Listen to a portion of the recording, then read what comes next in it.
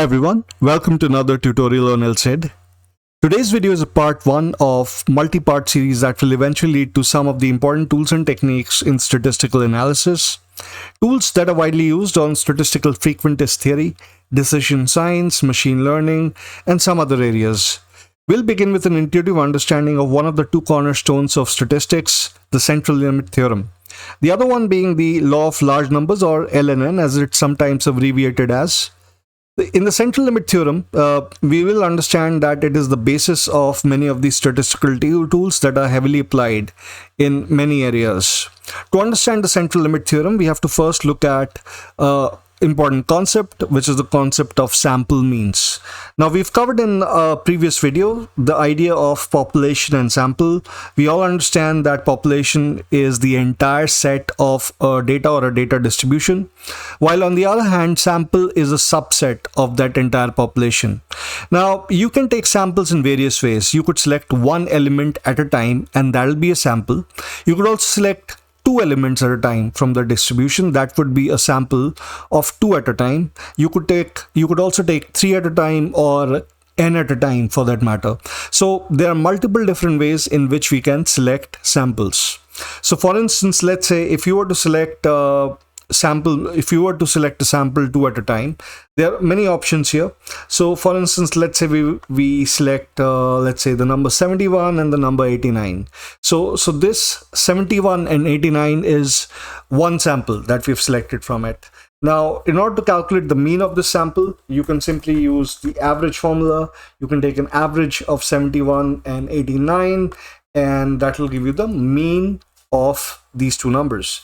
Now, there are numerous other choices. We could select, let's say, 15 and 41, and we can take a mean of these as well simply by using average. And if you take an average of these two numbers, 15 and 41, that will give you the mean for these two numbers. So there we are. So this is calculating a mean of a sample which consists of 2 data points. Similarly, we are not limited to selecting a sample only from 2. We could also do it for 3. So let's say, for example, the 3 that we select are, let's say, these 3. 35, 92, and 89. I've just selected them randomly, and these are contiguous, but they don't need to be contiguous.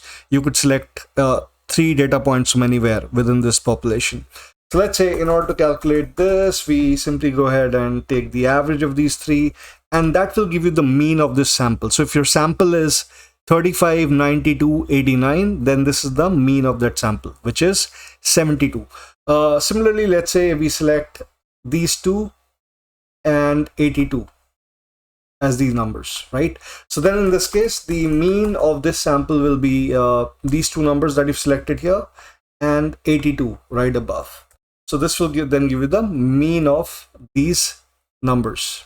So it's pretty simple to calculate the mean of a sample, right?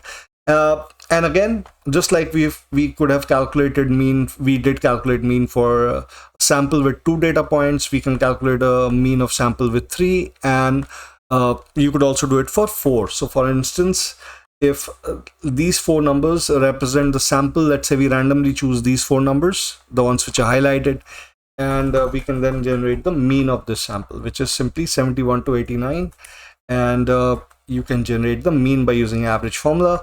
So now we have an understanding of what do we mean by the mean of a sample. Now, the mean of a sample has a very curious property, a very unusual property that is not something that you would naturally expect, and that's what we will deal with now. So to start off, let's look at a very simple distribution, which is a linear distribution. In other words, all the points are on a straight line. So in this case, our distribution is listed in column C. So starting off with numbers 37, 29, 5, 57, all the way till 27.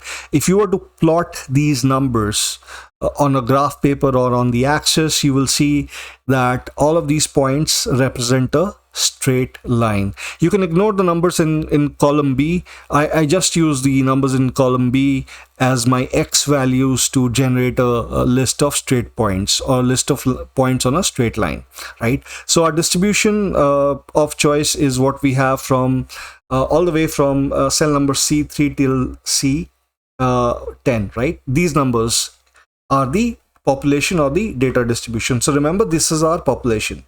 Now from this population, you can see that if you plot the population, it will be a straight line. Now what if you were to make a histogram? Now let's say we were to make a histogram of these numbers. For simplicity's sake, we have chosen the bin sizes as standard difference of 10 each. So 0 to 10 is one bin, 10 to 20 is one bin, 20 to 30 is another bin. So here you can see in column O you have the bins. Now given this population, given this data set, and given these bins, if we were to generate a histogram for this, and you can generate a histogram in Excel by using if you go to the option for data, if you go to the option for data analysis, there's an option for histogram. So from there, and this is how we have developed this histogram as well. So this is the histogram that you get.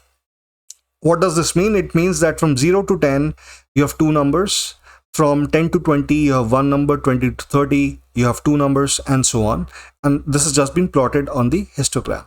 So as you can see, if we were to just try and let's say connect these by a line, then you'll be able to see that for this given set of random numbers, this is how the histogram kind of looks like, right? It has no distinct shape of its own. This is how the histogram appears, right? And that is expected. Remember that these numbers have been chosen randomly on a straight line. So they are linear, yes, but they have been chosen randomly on the straight line, right? This is the normal graphical description, and this is the histogram for this description. Okay, so fair enough, nothing unusual. But here we take it a step ahead. Let's say that from this population or this distribution that you have here, which is your numbers that you have at, let's say, the numbers that you have at 37, 29, these numbers, that you have 37, 29, 5, that's our population, right? Now let's say you were to generate sample means from this distribution, and let's say for simplicity we'll start off with a smaller number, and we'll generate sample means from this distribution. Then how does the distribution of the means look like, right? So remember, so far we have been looking at the distribution of the population or distribution of the data set.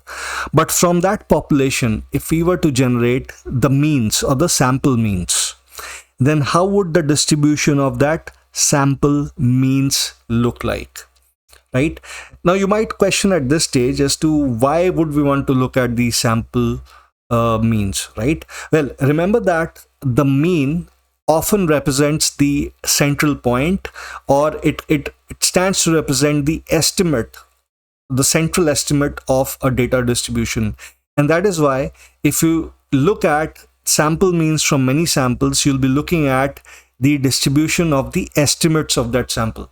And that is an important thing, because very often in life and business, in science, you will encounter situations where you don't have the entire population. So in those cases, you will have to calculate estimates of that population.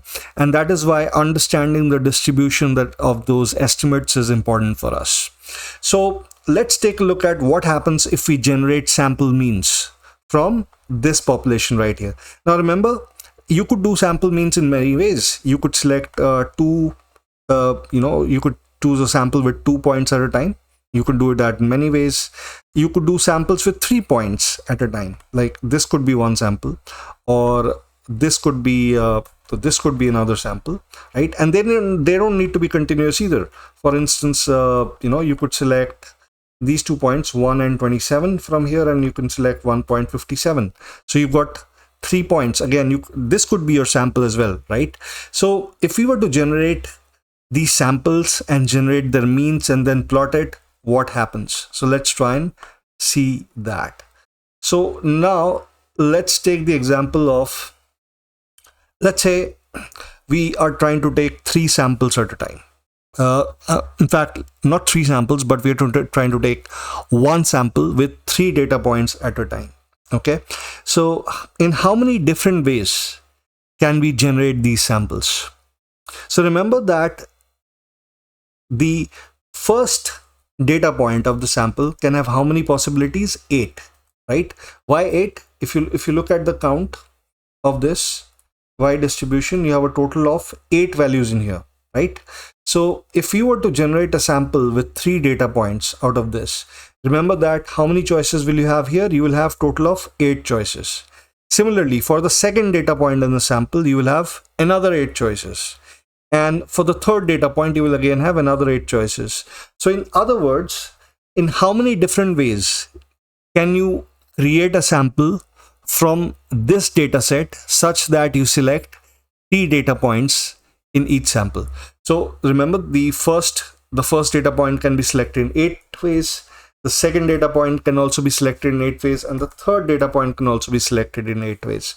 So from these 8 data points, you can develop 512 samples. You can develop 512 samples such that each sample has 3 data points in it, right? If you are dealing with samples with 2 at a time rather than 3 at a time, then the total number of samples you could have generated is 8 into 8, which is 64, right? So this is how this works eventually. So let's go ahead and look at this. So we have a total of 512 samples that we've generated here from that data set. Now in next step, in column AM, what you see is the average or the mean. So we've taken 3 samples at a time and calculated the mean of all of those 3 samples. So this entire data range from cell number AM3 all the way till the bottom, which is AM514, represents 512 values.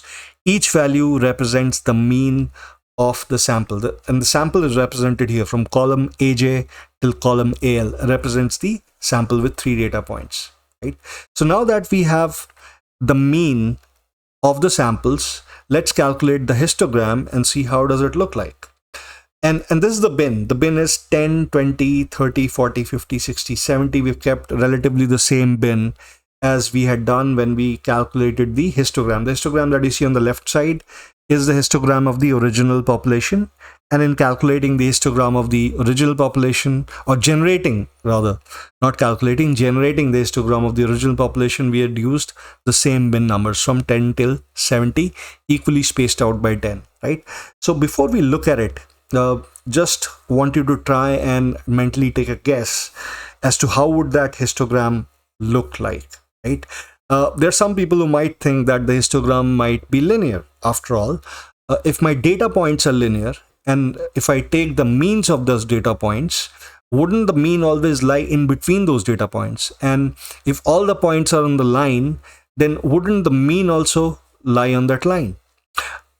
Yeah, that is one way to think about it, but you'll be surprised by what you're going to see next, unless you already know the central limit theorem. So when we generate the histogram, this is what you find. And what I'd like to draw your attention to is that this is nowhere similar to the original distribution. In fact, this distribution has a shape, unusual shape. Seen this before? I'm sure you have.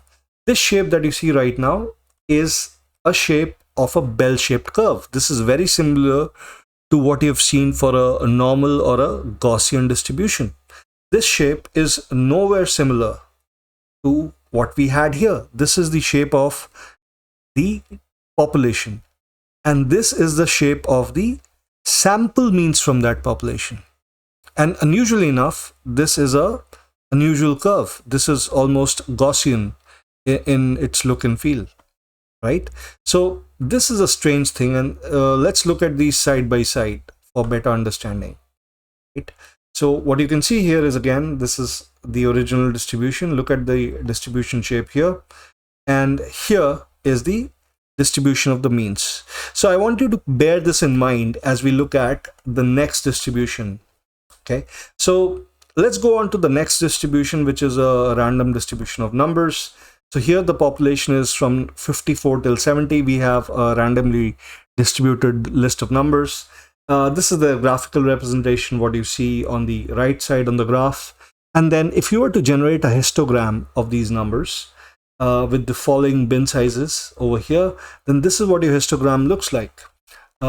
So in order to look at this, again, bear in mind that if you were to look at the shape of this, okay, just take a look. This is how the shape of this random distribution kind of looks like, right?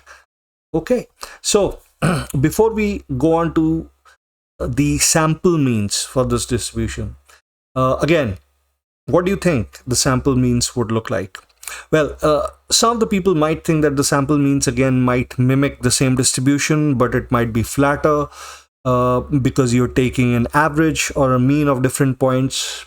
So let's go ahead and take a look at it. Okay. So in order to take a look at it, what we've done is, let's start off with the simplest example, which is let's take a sample of 2 data points at a time and take their means, right?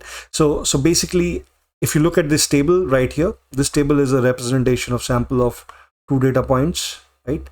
Here, as you can see, 54 and 54, the mean is 54, 55 and 54, the mean is 54.5. So basically, using this grid, we have just calculated the means of all possible combination of taking 2 data points at a time, right? So within this grid, what you see is all the means of samples taken 2 data points at a time. In column 80, what you have is, in column 80 you have the same thing. Basically, in column 80, what you're seeing right now is nothing but all of these points that you see in this grid. We've just organized it vertically. So you have 54, then you have 54.5, which is here, then you have 56.5, which is here, then you have 58.5, which is here. So basically, one row after the other has been stacked vertically, right? And we have a total of how many? We have a total of 64 values here. Why 64? Remember that you're taking, in this case, you're taking mean of samples taken 2 at a time, right? So if you select 2 at a time, in how many different ways can you select the first value? Since we have a total of 8 data points, you can select it in 8 ways, and then you can select the second one also, the second number also you can select in 8 ways from this population. So there's a total of 64 possible ways in which you can generate samples with 2 data points. That's why what you have here is 64 values here, right? Now let's go ahead and look at the histogram for this as well, just like when we looked at the histogram for the linear. Okay, again, this is going to be another surprise, right? So when you look at the histogram of this, here is the histogram for these random numbers. And this is again unusual. I mean, in the previous example, at least the numbers were linear. They were on a straight line. In this case, the numbers were not even in a straight line. They were just chosen randomly.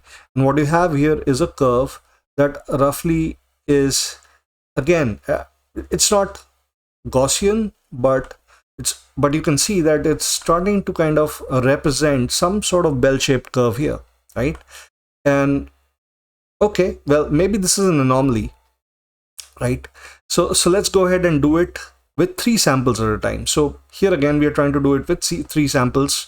In fact, I'm sorry, 1 sample, 3 data points at a time. So again, for 1 sample, 3 data points at a time, remember that you can select, for the first data point, you can select it in 8 ways, second data point in 8 ways, third data point in 8 ways. So it's 8 times 8 times 8. You can select a total of 512 samples, each with 3 data points, right? It's 8 into 8 into 8, right? And then, and you can see here, there are 512 data points. And then for each of those samples, so remember, each row here represents a randomly selected sample, right? Right here, each of these. So there are 512 samples in here with 3 data points. And here in column BS, what you have is the average or the mean of these. All right. So you have the mean, you have the bin, and now let's take a look at the histogram. Okay. Well, this one is an even sharper version of what we looked at in the previous case. When we are looking at the mean of samples taken 2 at a time, this one is again, very similar to a Gaussian curve, for instance. So, whatever happened in the case of generating means, samples taken 2 at a time, seems to be still holding true for generating means samples taken 3 at a time, right? And to take a look at all of this together, here we have all of those three graphs put together, right? Now the first graph that you see here was the distribution of random numbers, right? This is the distribution, the original distribution of random numbers.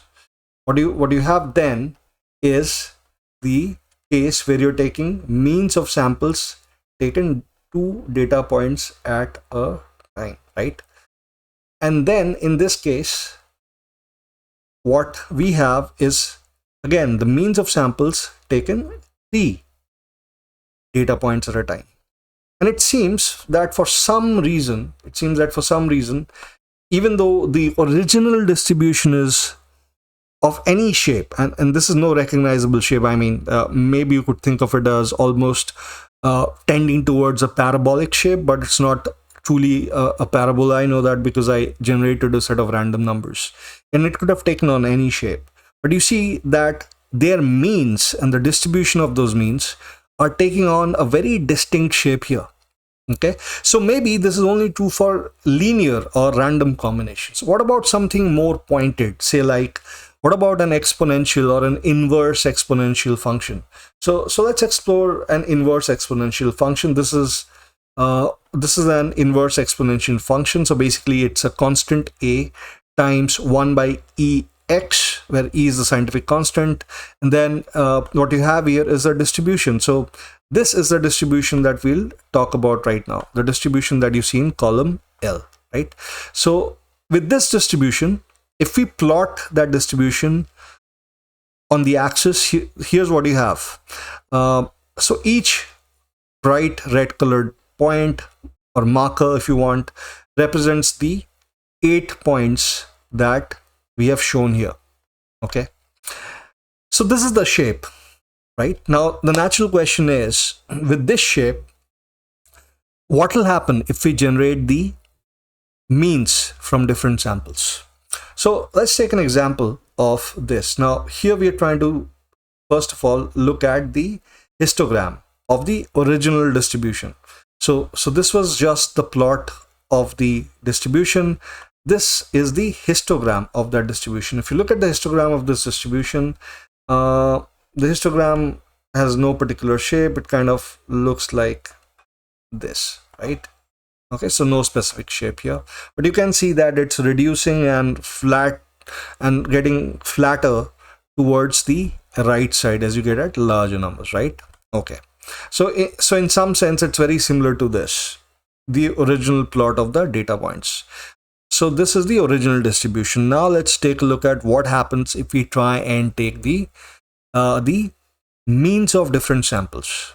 So we'll start off with a simple example of means taken from 2 at a time, right? Means taken from 2 at a time. Again, we're using this grid to calculate the means of numbers taken 2 at a time. So this entire grid of 64 numbers represents all possible means of samples taken 2 at a time, all possible means of samples taken 2 at a time. So we take these numbers and organize them vertically. Here in column BP, we've just organized these vertically. There'll be a total of 64. Why 64 again?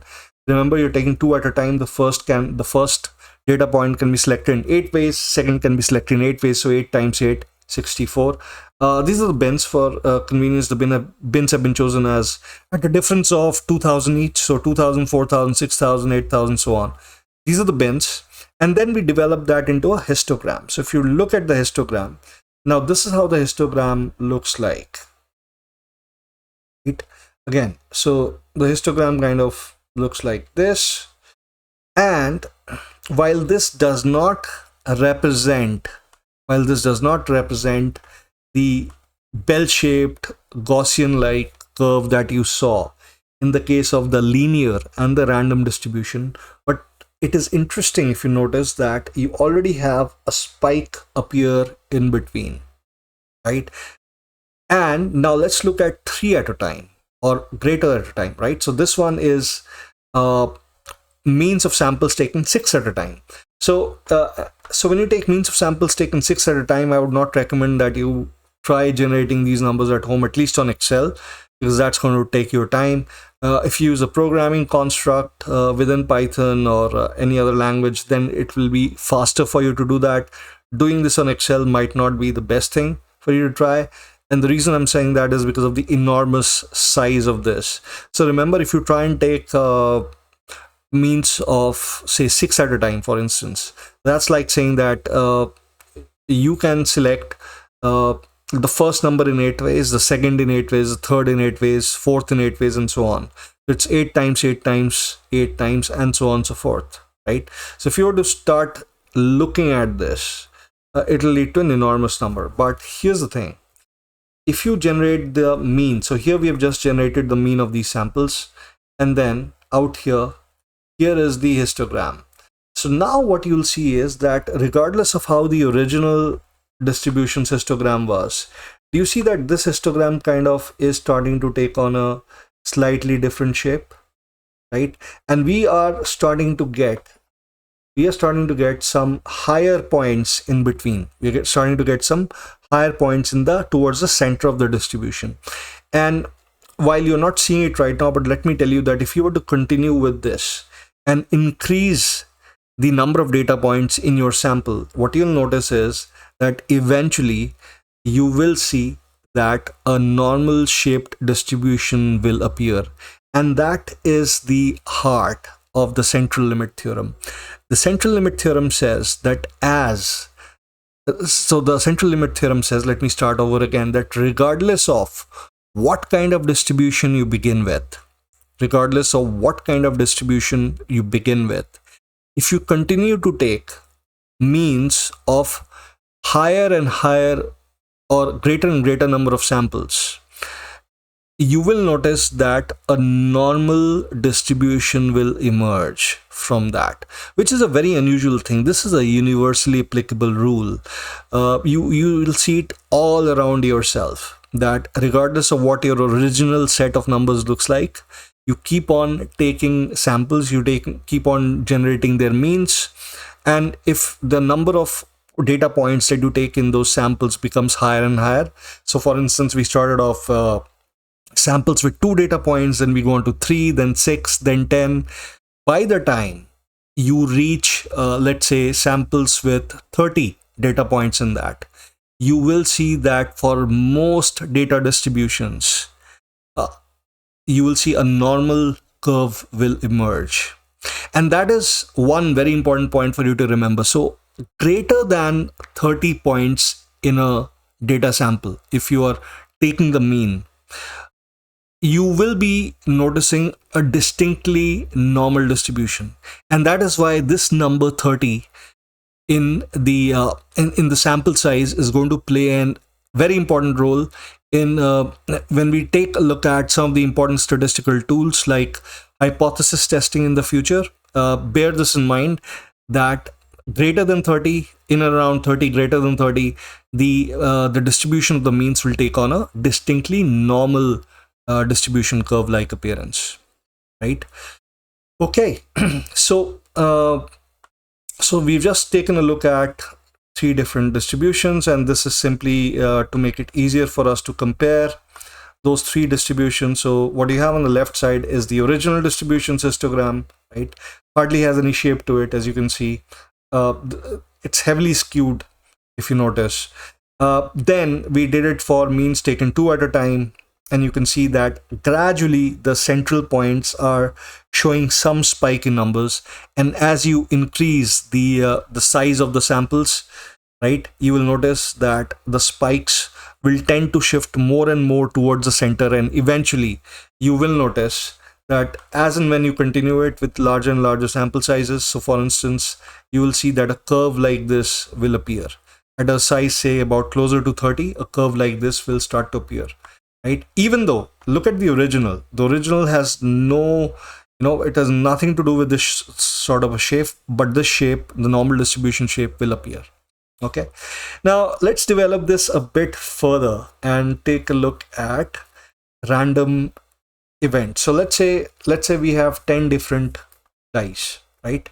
And we are tossing all of these dice together. right? All 10 of them. We're just throwing them up in the air, and then all of these 10 dice will get different numbers, right? Now we can simply mimic this by generating a random list of such numbers, and let's see. All right, so in total what we've just done is we are trying to replicate an experiment here. So let's say we have 10 dice, right? Each serial number represents one toss of the 10 dice. So the first time we tossed those 10 dice, these are the numbers we got, right? The second time we tossed those 10 dice, these are the numbers we got. The third time we tossed those 10 dice, these are the numbers we got. Okay, hopefully this is clear. So each row represents one toss of the 10 dice. Okay, let me just remove the formula from this just to make sure that these numbers don't change. Okay, so now we have a random distribution right out here. These are all randomly generated numbers. This is to replicate the toss of a dice, right? Okay, now if you were to look at this and calculate, let's say, the means of these. Let's say you were to calculate the means of these. Okay, how would the means look like? So let's take a look. You know that you can generate the means with the average. Okay, so we're just generating the average here, and here we are. These are the different numbers that we have on the means, and right, let's go ahead and now in order to generate the histogram, let's just define the bins first. So let's see, how do we define the bins? So in order to define the bins, let's just take a look at what are the minimum and the maximum for these means that we've just generated. Okay, so it starts from 1.7, and let's see what the maximum mean looks like. So the maximum mean on this is 5.1. all right, so I think we can now go ahead and generate the different bins. So I'm just generating bins at a difference of 0.5. So the next one is 3, the next one is 3.5, the next one is 4, 4.5, 5, 5.5. okay, so let's say this is our bin. Now in order to generate the histogram of this, the histogram of the means, remember we're going to generate the histogram of the means. Again, go to data analysis, choose the option for histogram, select the right data set. The right data set is going to be, let's say, the means, and the bin range, we just defined the bins above. The bins are in the range of, let's say, 1.5 to 5.5, and let's say we want the output. Where do we want the output? Okay, let's put the output here, and we do want the chart output, right? That's the fun part of this. Let's go ahead and generate this, and what we have here is the tabular distribution of the bins and the frequency for each bin. Okay, and now let's take a look at the actual histogram after this. So here is the histogram, and there again, unusually enough, do you see this shape which is starting to emerge? Even though all of these numbers were randomly generated, right? These are randomly generated numbers to simulate the tossing of 10 dice. But in spite of that, what you still have is this very unusual bell-shaped curve starting to appear, right? So this is how universal this thing is. This is what I was talking about earlier on. And I said that this is what the central limit theorem does to the distributions. To develop our understanding a bit further on this, let's say we were to, instead of 10 dice, let's say we were to toss 2 dice at a time, right? Now each dice has 6 faces. Let's assume that all of those 6 faces, let's assume that both those dice are fair. Fair meaning each dice face has an equal probability of showing up. So, since there are 6 faces, what is the probability of each face? It is 1 by 6. Each face has 1 by 6th probability of showing up, right? And we are going to toss 2 of them, 2 of these dice together. Now, these 2 dice are not tied together, they're not linked together, so they will take on independent values. So they're going to take on independent values. So let's see. So what you have on the left side is the all possible combinations of the dice, right?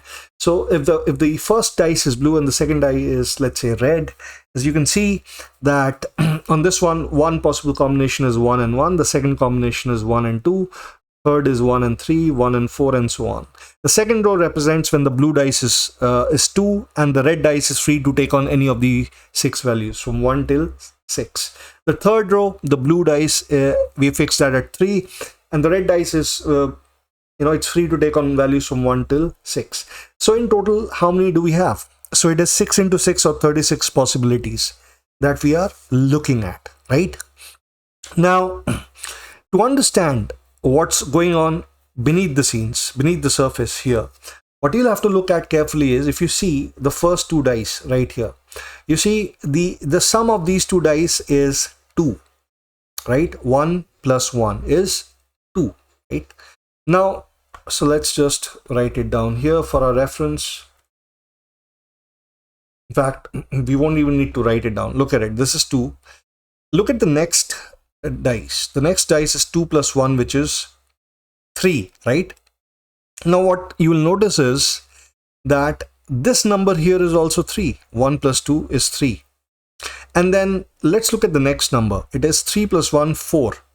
And then here, this is 2 plus 2, 4.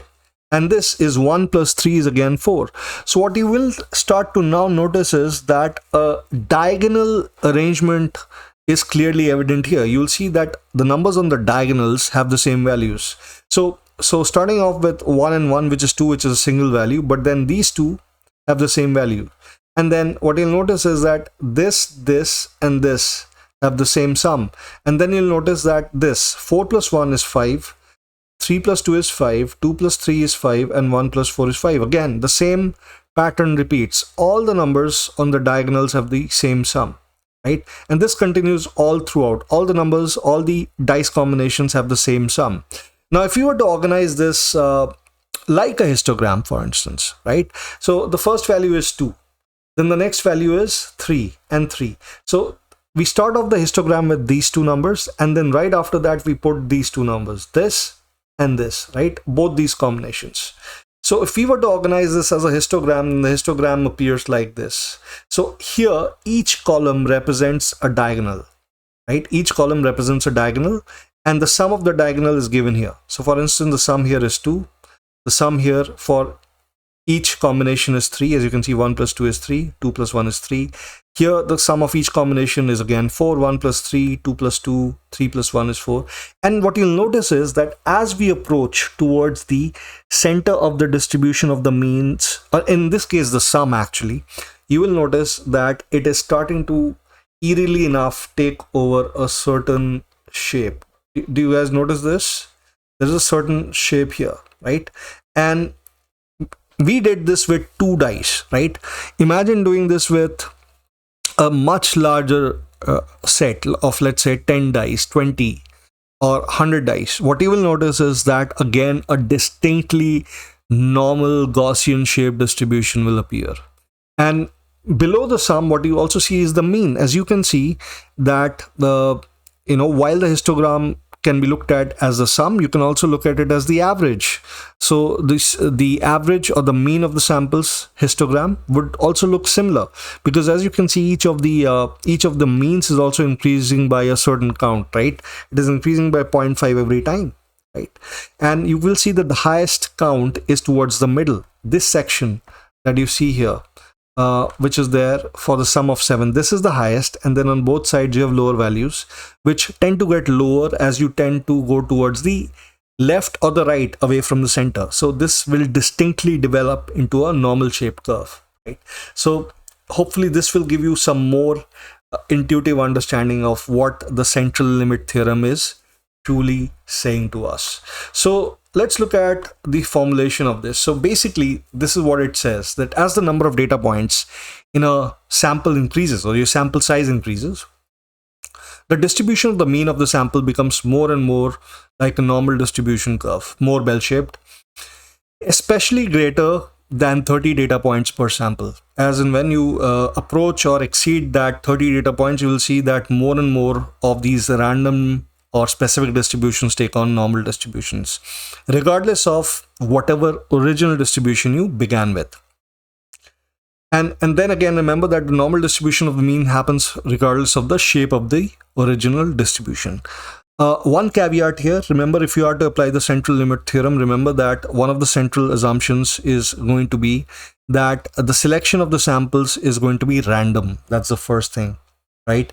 Second, remember that these should be independent. The samples should not be dependent on each other. They should be independent and independently distributed, sometimes referred to as IDD within the central limit theorem. Okay.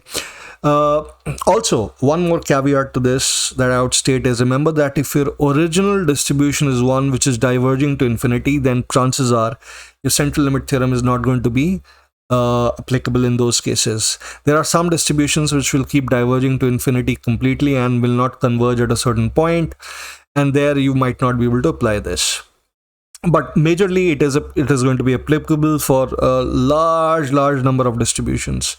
And why is this important? Remember that given any distribution, if you don't know the entire distribution, if you want to understand the central point of that distribution, you will often use the mean. Since you don't know the mean, you will use an estimate of the mean. How will you get the estimate? You will get the estimate from a sample. And remember that if you take samples greater than 30, then that the samples or the mean of the samples will then tend to take on a normal curve.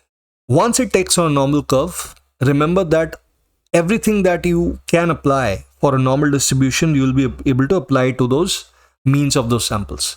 And that is where this becomes so very important. And this will be evident more to you when we start looking at hypothesis testing. So what does it mean for us? So what it means is that a lot of these statistical tests that we run, a lot of the inferences to be drawn, especially about the estimates of the means, etc., can now be replicated for any distribution as you could for a normal distribution. A lot of the techniques that you can apply on normal distribution, you will be able to apply for the means or the estimates of any distribution. So that kind of brings us to the end of this video. This will be a good segue for us to continue our exploration further into hypothesis testing, which is what we'll try and get an intuitive understanding of next time. And within hypothesis testing, this will be of vital importance to us. I would encourage all of you to try and read up on the central limit theorem, at least get a fundamental grasp of it. More than the sheer mathematics of it, it is important that you get a feel of what the central limit theorem does and how is it going to be useful for us in the future. All right. Thank you everyone for watching. See you next time.